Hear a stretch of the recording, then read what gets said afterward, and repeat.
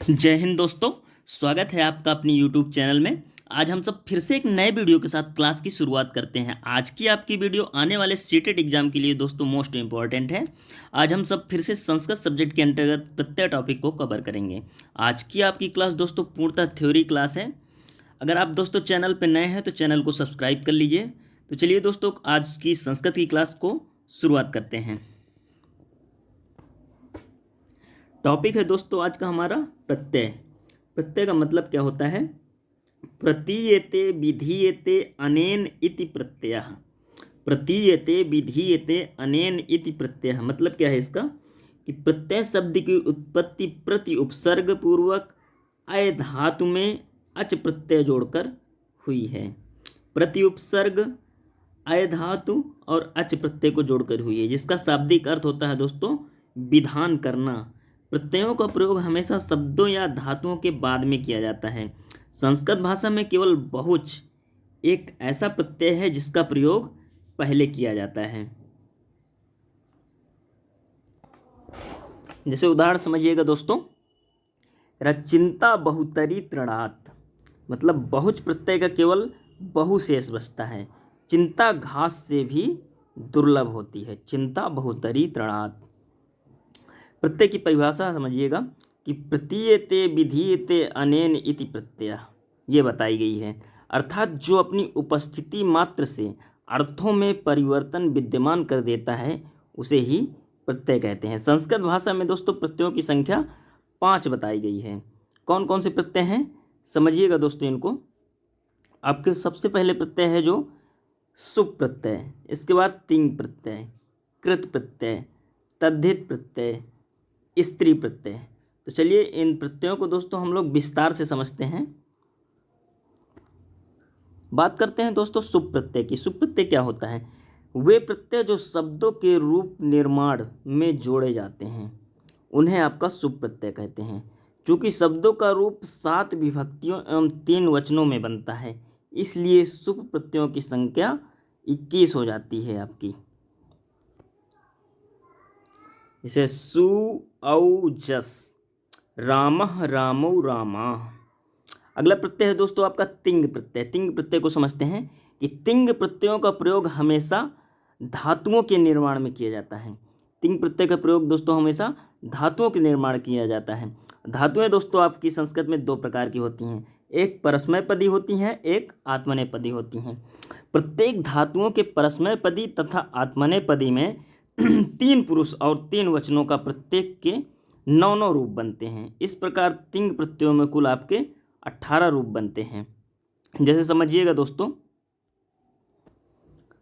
पठति पठतः पठन्ति, पठ्यते पठ्येते पठ्यन्ते। तो इसमें जो आपका है पठति पठतः पठन्ति ये आपके परस्मैपदी हैं और इधर पठ्यते पठ्येते पठ्यन्ते ये आपके आत्मनेपदी हैं। मतलब तिंग प्रत्ययों की संख्या आपकी 18 होती है।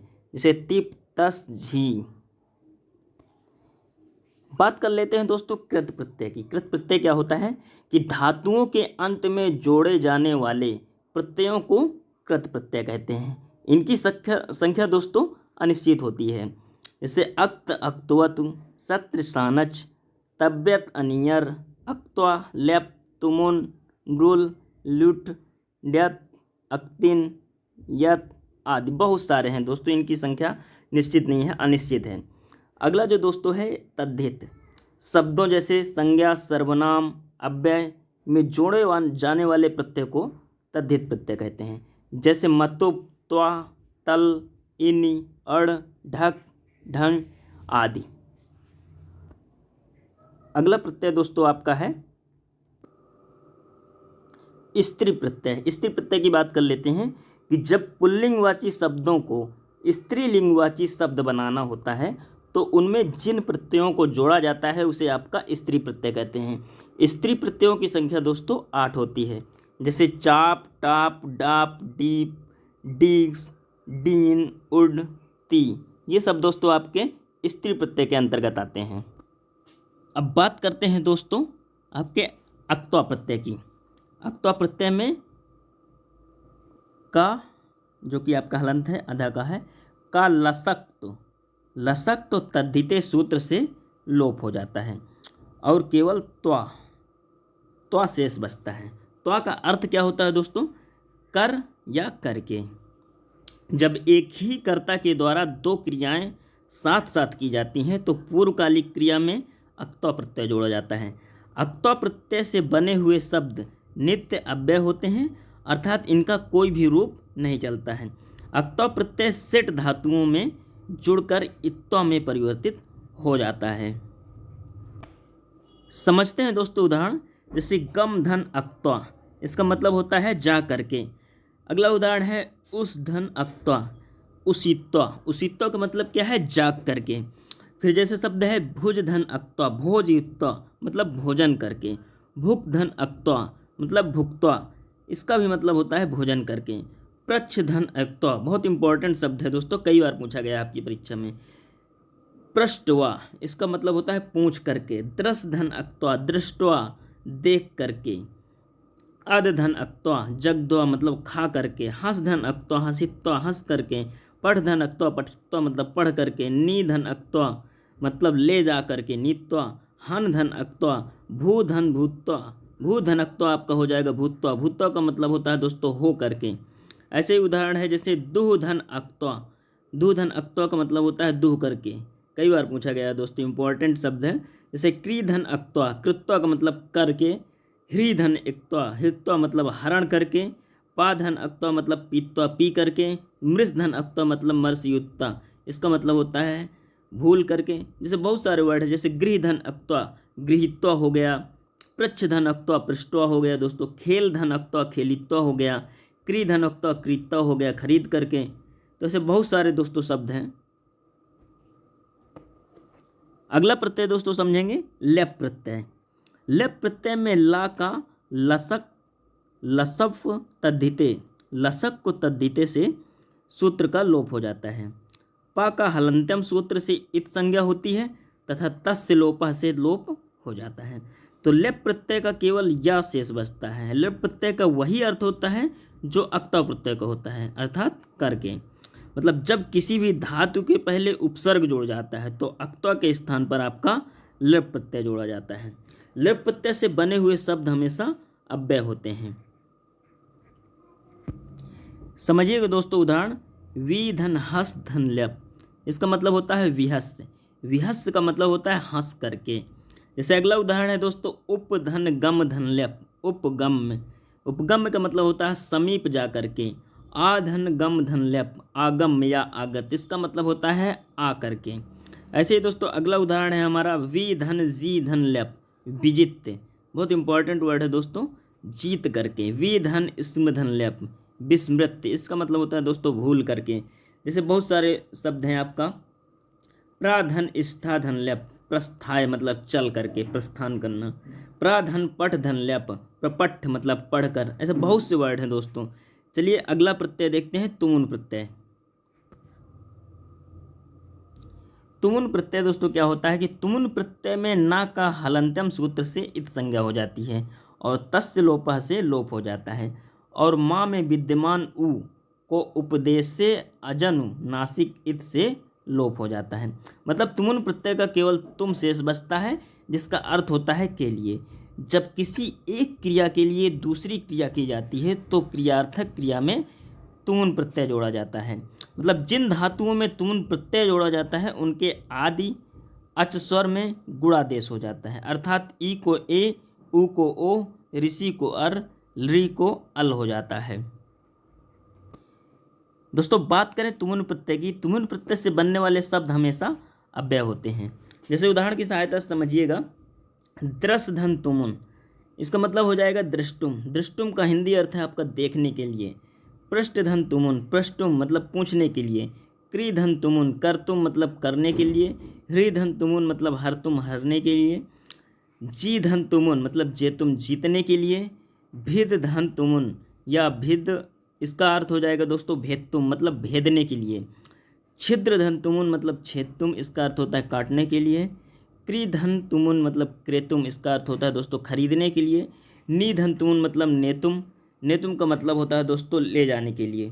जैसे बहुत सारे वर्ड हैं। पा धन तुमुन मतलब पातुम पीने के लिए। गम धन तुमुन मतलब गंतुम जाने के लिए हो गया। ऐसे लभ धन तुमुन, लब्धुम मतलब पाने के लिए हो गया। तो चलिए अगले बात करते हैं अक्तिन प्रत्यय की। अक्तिन प्रत्यय दोस्तों बहुत महत्वपूर्ण है आपके लिए, तो समझिएगा दोस्तों अक्तिन प्रत्यय क्या होता है। अक्तिन प्रत्यय दोस्तों, अक्तिन प्रत्यय में का लसक तो तद्धिते से, लसक को तद्धिते से, ना का हलंत्यम से लोप हो जाता है और तस्य लोप से लोप हो जाता है। अक्तिन प्रत्यय का केवल ती शेष बचता है। अक्तिन प्रत्यय हमेशा स्त्रीलिंगवाची होता है। जैसे उदाहरण समझिएगा, उदाहरण क्या है कि गम धन अक्तिन। गम धन अक्तिन का मतलब होता है दोस्तों गति ही। क्री धन अक्तिन मतलब होता है कृति। ध्री धन अक्तिन मतलब धृति। स्म धन अक्तिन मतलब स्मृति। सृज धन अक्तिन मतलब सृष्टि। द्रस धन अक्तिन मतलब दृष्टि। वृष धन अक्तिन मतलब वृष्टि। सृष्टि, दृष्टि, वृष्टि, ये तीनों दोस्तों बहुत इंपॉर्टेंट हैं। भज धन अक्तिन मतलब भक्ति। सक धन अक्तिन मतलब शक्ति। ऐसे मन धन अक्तिन मतलब मति। तो ऐसे दोस्तों बहुत सारे वर्ड हैं। बात करते हैं दोस्तों यत प्रत्यय की। यत प्रत्यय क्या होता है? अचोयत।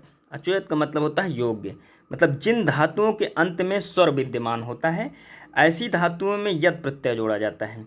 यत प्रत्यय का केवल या शेष बचता है, जो पुल्लिंग में यह, स्त्रीलिंग में या तथा नपुंसक में यम में परिवर्तित हो जाता है। यत प्रत्यय से बनने वाले शब्द तीनों लिंगों में प्रयुक्त होते हैं। जैसे उदाहरण समझिएगा, दा धन यत। दा धन यत का मतलब होता है देयः। देयः आपका देयः, देया, देयम मतलब देने योग्य, ऐसे आपके रूप चलते हैं। जैसे पा धन यत मतलब पेयः, पेया, पेयम, पेयः, पेय, पेयम।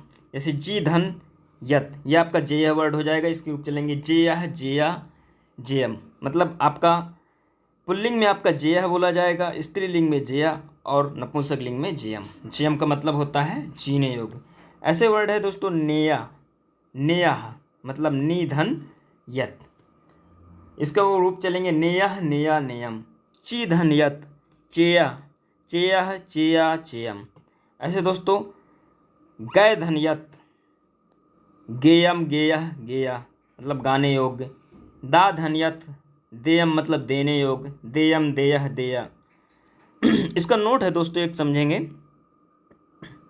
कि यदि किसी भी धातु में, यदि किसी भी धातु के अंत में पा वर्ग दिया हो तो वहाँ पर भी आपका यत प्रत्यय का विधान होता है। जैसे लभ धन यत मतलब लभ्या, लभ्या, लभ्यम। सप धन यत, सप्यः, सप्या, सप्यम। जप धन यत, यहाँ पे जप्यः, जप्या और जप्यम हो जाएगा। अगले प्रत्यय की बात करते हैं दोस्तों, ड्यत प्रत्यय है।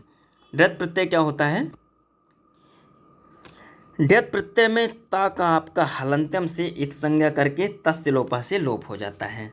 डा का चुटु सूत्र से इत संज्ञा हो जाती है और तस्य लोपा से लोप हो जाता है। ड्यत प्रत्यय का केवल या शेष बचता है।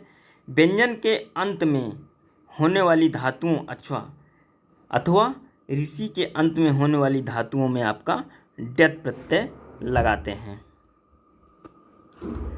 ड्यत प्रत्यय का अर्थ होता है दोस्तों योग्य। ड्यत प्रत्यय से बने हुए शब्दों का रूप तीनों लिंगों में चलता है। जैसे क्रीधन ड्यत मतलब कार्य, कार्या, कार्यम।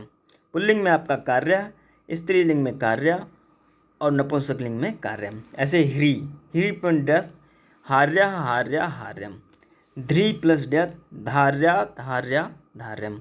ऐसे मृ प्लस ड्यत मार्या, मार्या, मार्यम। ऐसे नी प्लस ड्यत आपका हो जाएगा नार्या, नार्या, नार्यम। अगला प्रत्यय दोस्तों है हमारा डुल प्रत्यय। डुल प्रत्यय क्या होता है? बु युवो रन रनाकौ मतलब युश्च, वुश्च, अनश्च, अकश्च। डुल प्रत्यय में आपका ला को हलंत्यम से डड़ा का चुटु से इत संज्ञा करके तस्य लोपा से लोप हो जाता है और केवल वु शेष बचता है। वु के स्थान पर आपका युवो रनाको सूत्र से अकादेश हो जाता है। डुल प्रत्यय कर्ता अर्थ में लगाया जाता है, कर्ता के अर्थ में लगाया जाता है, जिसका अर्थ होता है वाला। उदाहरण समझते हैं दोस्तों, जैसे क्रीधन डुल, इसका मतलब होता है कारकः। निधन डुल प्रत्यय आपका नायका हो जाएगा, दा धन डुल दायकः, पु धन डुल पावकः, ह्रीधन डुल आपका हारकः। तो इससे दोस्तों बहुत सारे उदाहरण हैं, उदाहरण को आप ढेर सारी प्रैक्टिस करिएगा। अगला प्रत्यय दोस्तों हम देखते हैं लुट प्रत्यय। तो बात करते हैं लुट प्रत्यय की। लुट प्रत्यय क्या होता है दोस्तों, समझेंगे। लुट प्रत्यय में आपका ला का लसत्व तद्धिते, लसत्व तद्धिते से लोप होता है तथा टा का हलंत्यम से लोप होता है। लुट प्रत्यय का केवल यू शेष बचता है। यू के स्थान पर आपका यू और अनाको सूत्र से अन आदेश हो जाता है। लुट प्रत्यय का प्रयोग हमेशा नपुंसक लिंग में किया जाता है। लुट प्रत्यय का भाव अर्थ प्रयोग में किया जाता है, मतलब अर्थ प्रयोग में किया जाता है। जैसे उदाहरण समझिएगा, क्री धन लुट मतलब होता है कर्णम। कर्णम का मतलब क्या होता है दोस्तों, करना। ज्ञा धन लुट मतलब ज्ञानम, ज्ञान प्राप्त करने वाला या ज्ञान प्राप्त करना। त्रिस, त्रिस का लुट दर्शनम हो जाएगा, मतलब दर्शन करना। निधन लुट हो जाएगा आपका नयनम, नयनम का मतलब देखना। ऐसे हो जाएगा ह्री धन लुट हरणम, मतलब हरण करना। दा धन लुट आपका दानम हो जाएगा, दान करना। पच धन लुट आपका हो जाएगा पचनम, पकाना हो जाएगा। ची धन लुट आपका चैनम हो जाएगा, मतलब चयन करना। मथनम हो जाएगा, जैसे मथ धन लुट ये आपका हो जाएगा मथना। कृष धन लुट आपका हो जाएगा कर्षणम, कर्षणम का मतलब होता है खींचना। वी धन आंग धन क्री धन लुट ये आपका हो जाएगा व्याकरणम। बात करते हैं दोस्तों अब हम अनियर और तव्यत प्रत्यय की।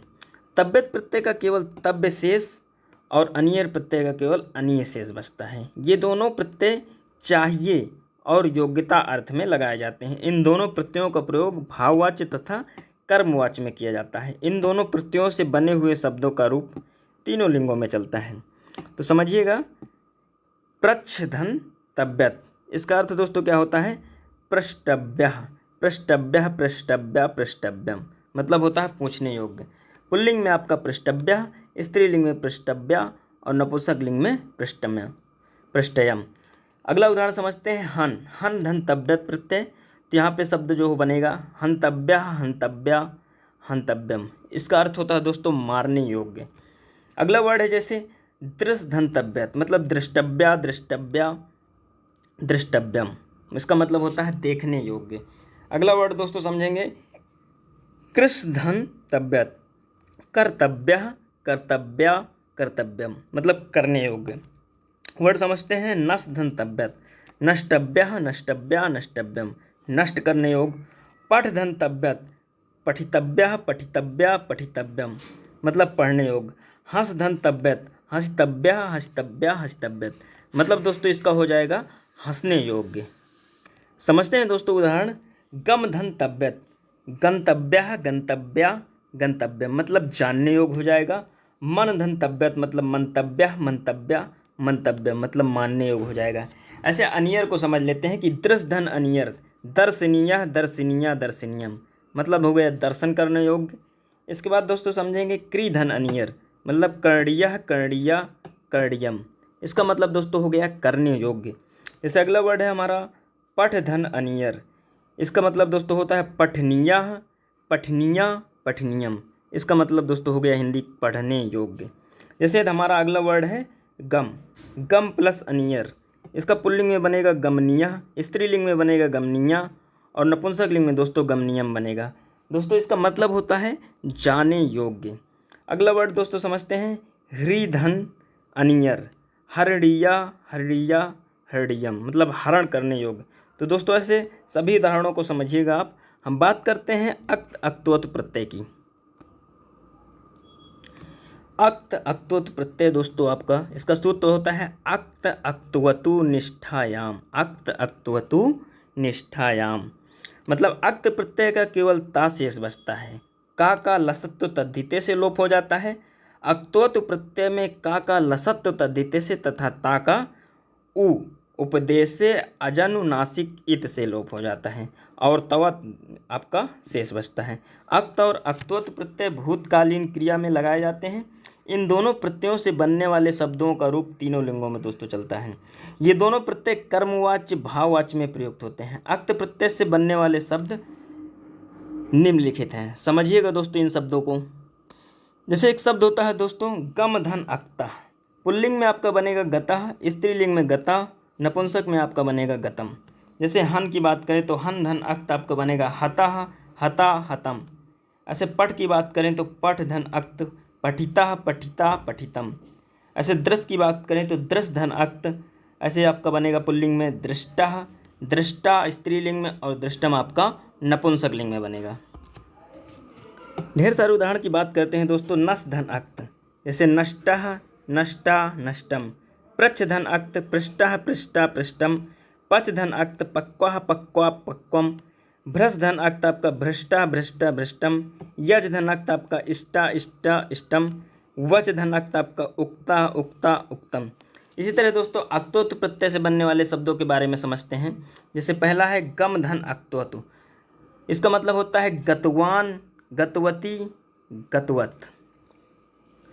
ऐसे दोस्तों हन धन अक्तवतु, पुल्लिंग में आपका बनेगा हनुमान, हतवती स्त्रीलिंग में, और हतवत आपका नपुंसक लिंग में। ऐसे देखिएगा दृश्य शब्द को, दृश्य धन अक्तवत, दृष्टवान, दृष्टवती, दृष्टवत। ऐसे देखिए हस धन अक्तवतु, हसितवान, हसितवती या हसिवत।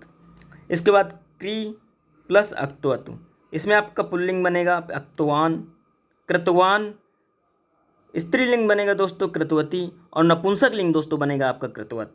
इसी तरह बात करते हैं नी प्लस अक्तवत प्रत्यय की, तो यहाँ पे आपका बनेगा शब्द पुल्लिंग में बनेगा नर्तवान, स्त्रीलिंग में नर्तवती, और नपुंसक में दोस्तों नर्तवत बनेगा। आगे बात करते हैं दोस्तों सत्र और सानच प्रत्यय की। तो सत्र और सानच प्रत्यय का प्रयोग दोस्तों हमेशा वर्तमान कालिक होता है, मतलब वर्तमान काल में किया जाता है। सत्र प्रत्यय का केवल अत शेष बचता है, जबकि सानच प्रत्यय का आन शेष बचता है, जो मान या माण में बदल जाता है। सत्र प्रत्यय परस्मैपदी में तथा सानच प्रत्यय आत्मनेपदी की क्रियाओं में जोड़ा जाता है। ये दोनों प्रत्यय जब कोई क्रिया लगाकर होती है तो निरंतरता को दिखाने के लिए सत्र और सानच जोड़ा जाता है। सत्र प्रत्यय के उदाहरण दोस्तों समझिएगा। जैसे एक शब्द है दोस्तों गम धन सत्र, मतलब होता है पुल्लिंग में आपका बनेगा गच्छन, स्त्रीलिंग में बनेगा गच्छन्ति, और नपुंसक बनेगा गच्छत। ऐसे बात करें पठ की, पठ धन सत्र, पठन, पठन्ति, पठत। हस धन सत्र, हसन, हसन्ति, हसत। लिख धन सत्र, यहाँ पे लिखन, लिखन्ति, लिखत। ऐसे दोस्तों अगला उदाहरण समझ लेंगे दृश्य धन सत्र, इसका मतलब होता है पश्यन, पश्यन्ति, पश्यत। ऐसे सानच प्रत्यय के उदाहरण समझते हैं दोस्तों। जैसे गम धन सानच, तो इसमें आपका पुल्लिंग बनेगा गम्य मानः, स्त्रीलिंग बनेगा गम्य माना, और नपुंसक लिंग बनेगा दोस्तों गम्य मानम। जैसे दृश्य की बात करें तो दृश्यमाणः, दृश्यमाणा, दृश्यमाणम। सेव धन सानच, तो यहाँ पे आपका हो जाएगा सेवमानः, सेवमाना, सेवमानम। जैसे क्री की बात करें क्री धन सानच प्रत्यय, तो यहाँ पे हो जाएगा कुर्वाणः, कुर्वाणा, और कुर्वाणम। दोस्तों बात करते हैं तद्धित प्रत्यय की। तो तद्धित प्रत्यय क्या होता है दोस्तों? तद्धित प्रत्यय का प्रयोग शब्दों के अंत में किया जाता है। त्वा और तल प्रत्यय, त्वा और तल प्रत्यय की बात करें मतलब जिन शब्दों के अंत में तल प्रत्यय जोड़ता है वे शब्द स्त्रीलिंगवाची बन जाते हैं, और जिनके अंत में त्वा प्रत्यय जोड़ा जाता है वे शब्द आपके नपुंसक लिंगवाची हो जाते हैं। ये दोनों प्रत्यय भाववाचक संज्ञाओं में प्रयुक्त होते हैं। जैसे बात करते हैं त्वा की और तल की। तो त्वा जो है जैसे महत धन त्वा, तो यहाँ पे जो शब्द बनेगा आपका महत्व। जड़ धन त्वा मतलब जड़त्व। गुरु धन त्वा गुरुत्व। दीर्घ धन त्वा दीर्घत्व। लघु धन त्वा लघुत्व। प्रभु धन त्वा प्रभुत्व। महत धन तल महत्ता हो जाएगा। गुरु धन तल ये आपका गुरुता हो जाएगा। जड़ धन त्वा, जड़ धन तल की बात करें तो आपका जड़ता हो जाएगा। दीर्घ धन तल की बात करें तो दीर्घता हो जाएगा। लघु धन तल की बात करें तो आपका लघुता हो जाएगा। ऐसे प्रभु धन तल की बात करें तो प्रभुता हो जाएगा। बात करते हैं दोस्तों मतुप प्रत्यय की। मतुप प्रत्यय क्या होता है कि मतुप प्रत्यय में केवल मत शेष बचता है। पा का हलंत्यम सूत्र से तथा उ का उपदेश से अजनु नासिक इत से इत संज्ञा हो जाती है, और तस्य लोपा से लोप हो जाता है। मतुप प्रत्यय से बनने वाले शब्द तीनों लिंगों में प्रयुक्त होते हैं। जैसे इसका अर्थ क्या होता है समझिएगा। जैसे श्रीधन मतुप, बनने वाला शब्द क्या हो जाएगा? पुल्लिंग में आपका श्रीमत बनेगा, स्त्रीलिंग में श्रीमती बनेगा, और नपुंसक में आपका श्रीमान बनेगा। जैसे गुण धन मतुप, गुणवत, गुणवती, गुणवान। जैसे दोस्तों अगला उदाहरण समझिएगा कि धन धन मतुप, इसमें आपका पुल्लिंग शब्द जो बनेगा धनवत, स्त्रीलिंग बनेगा दोस्तों धनवती, और नपुंसक बनेगा दोस्तों धनवान। ऐसे अगला वर्ड देख लेते हैं बुद्धि धन मतुप। इसका पुल्लिंग दोस्तों बनेगा बुद्धिमत, स्त्रीलिंग बनेगा बुद्धिमती और नपुंसक बनेगा बुद्धिमान। जैसे अगला वर्ड देख लेते हैं भग धन मतुप, भगवत, भगवती और भगवान। बात करें दोस्तों अगले प्रत्यय की, जो कि हमारा है ठक प्रत्यय। ठक प्रत्यय क्या मतलब होता है? ठक प्रत्यय दोस्तों जो होता है आपका, ठक प्रत्यय के स्थान पर इक आदेश हो जाता है। ठक का अर्थ ही होता है वाला, मतलब ठक प्रत्यय जिन शब्दों में जोड़ा जाता है उनके आदि अच की वृद्धि हो जाती है। जैसे उदाहरण समझेंगे दोस्तों, धर्म धन ठक मतलब धार्मिका, विवाह धन ठक मतलब वैवाहिका। देखो एक शब्द बात करते हैं सप्ताह धन ठक, साप्ताहिका। परिवार की बात करें जैसे परिवार धन ठक, तो यहाँ पे आपका वर्ड बन जाएगा पारिवारिका है। जैसे वर्ष धन ठक, वार्षिका। तो चलिए दोस्तों अब बात करते हैं हम स्त्री प्रत्यय की। तो स्त्री प्रत्यय क्या होता है? जब पुल्लिंगवाची शब्द में कुछ प्रत्ययों को जोड़कर स्त्रीलिंगवाची शब्द बनाया जाता है तो उसे आपका स्त्री प्रत्यय कहते हैं। स्त्री प्रत्ययों की संख्या दोस्तों 8 होती है। जैसे पहले बात करें टाप प्रत्यय, तो टाप प्रत्यय जो दोस्तों होता है, टाप प्रत्यय का केवल आ शेष बचता है, जो किसी भी शब्द में जुड़कर आपका स्त्रीलिंगवाची अर्थ देता है। जैसे नोट की बात करते हैं, एक विशेष नोट है समझिएगा, मतलब जिन प्रत्ययों के अंत में दोस्तों का होता है, यदि उनके पहले ह्रस्व आ आया हो तो ह्रस्व आ के स्थान पर आपका ह्रस्व ई हो जाता है। जैसे बात करें उदाहरण की बालक धन टाप, तो यहाँ पे आपका शब्द बनेगा बालिका। अध्यापक धन टाप, तो यहाँ पे आपका बनेगा शब्द अध्यापिका, स्त्रीलिंग हो जाएगा। मूषक धन टाप, मूषिका, ये भी आपका स्त्रीलिंग बन जाएगा। लेखक धन टाप, यहाँ पे आपका शब्द बनेगा लेखिका। पुस्तक धन टाप की बात करें तो पुस्तिका बनेगा। सेवक धन टाप तो सेविका बनेगा। नायक धन टाप तो यहाँ पे आपका नायिका शब्द बनेगा। तो इस तरह से दोस्तों ये सारे शब्द आपके स्त्रीलिंगवाची बनेंगे। सूत्र की बात करें दोस्तों, जैसे अंजाद्यत स्टाप, टाप प्रत्यय का सूत्र समझिएगा अंजाद्यत स्टाप। जैसे उदाहरण समझिएगा अज धन टाप मतलब अजा, बाल धन टाप मतलब बाला, चटक धन टाप, बहुत बार दोस्तों पूछा गया है आपके एग्जाम में, चटका बहुत इंपॉर्टेंट शब्द है। जैसे अश्व धन टाप अश्वा, एड़क धन टाप एड़का। तो दोस्तों इस तरह से आज हम लोगों ने प्रत्यय टॉपिक को समाप्त किया। इति प्रत्यय प्रकरणम, दोस्तों यहाँ से प्रत्यय आपका समाप्त होता है। कल हम सब दोस्तों एक नए टॉपिक के साथ क्लास की शुरुआत करेंगे।